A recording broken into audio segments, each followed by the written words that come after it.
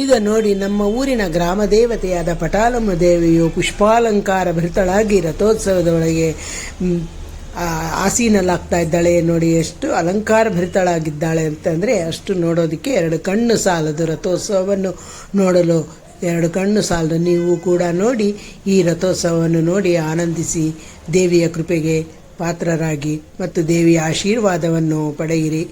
Vasavi club ಕೆಲಮಂಗಲಕ್ಕೆ ಸ್ವಾಗತ, ಸುಸ್ವಾಗತ. ಎಲ್ಲರಿಗೂ ನನ್ನ ನಮಸ್ಕಾರಗಳು. ಇಂದು ನಮ್ಮ ಕೆಲಮಂಗಲಂ ಪಟಾಲಮ್ಮ ದೇವಿಯ ರಥೋತ್ಸವದ ಪ್ರಯುಕ್ತ ನಾನು ದೇವಸ್ಥಾನಕ್ಕೆ ಈ ದಿನ ಬಂದಿದ್ದೇನೆ.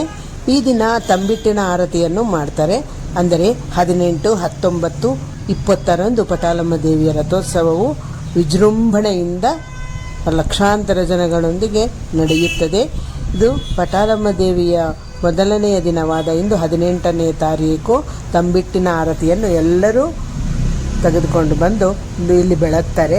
ಇದಾದ ನಂತರ ನೋಡಿ, ರಾತ್ರಿಯ ದೀಪಗಳ ಅಲಂಕಾರದೊಂದಿಗೆ ಮೆರೆಯುತ್ತಾ ಇದ್ದಾಳೆ ಪಟಾಲಮ್ಮ ದೇವಿಯು.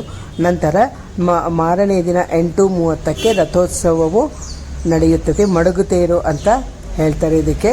ತುಂಬ ವಿಜೃಂಭಣೆಯಿಂದ ಇದು ಕೂಡ ನಡೆಯುತ್ತದೆ. ನೀವು ಕೂಡ ಇದನ್ನು ನೋಡಿ ಆನಂದಿಸಿ ದೇವಿಯ ಕೃಪೆಗೆ ಪಾತ್ರರಾಗಿ. ಮತ್ತು ಈಗ ನೋಡೋಣ, ಮಡಗುತೇರಿನಲ್ಲಿ ಮೊದಲಿಗೆ ದೇವಿಯನ್ನು ಎತ್ಕೊಂಡು ಹೋಗಿ ರಥದ ಒಳಗಡೆ ಕೂರಿಸ್ತಾರೆ. ನಂತರ ಅಲ್ಲಿ ನೈವೇದ್ಯವನ್ನು ಮಾಡಿ ಪೂಜೆ ಮಾಡಿ ಮಹಾಮಂಗಳಾರತಿ ಆದ ನಂತರ ರಥವನ್ನು ಎಳೆಯುತ್ತಾರೆ. ಅದನ್ನು ಕೂಡ ನೀವು ನೋಡೋಣ. ಜೈ ಪಟಾಲಮ್ಮ ದೇವಿ. ಈ ರಥೋತ್ಸವವು ಬೆಳಗ್ಗೆ 8:30ರಿಂದ 9 ಗಂಟೆ ಒಳಗಡೆ ಪೂಜೆ, ನೈವೇದ್ಯ, ಮಹಾಮಂಗಳಾರತಿ ಎಲ್ಲವನ್ನು ಮಾಡಿ ರಥವನ್ನು ಎಳೆಯುತ್ತಾರೆ. ಆ ರಥವನ್ನು ಎಳೆದುಕೊಂಡು ಹೋಗಿ ಒಂದು ಸ್ವಲ್ಪ ದೂರ ಆದಮೇಲೆ ಇಲ್ಲಿ ಸರ್ಕಲ್ ಇರುತ್ತೆ.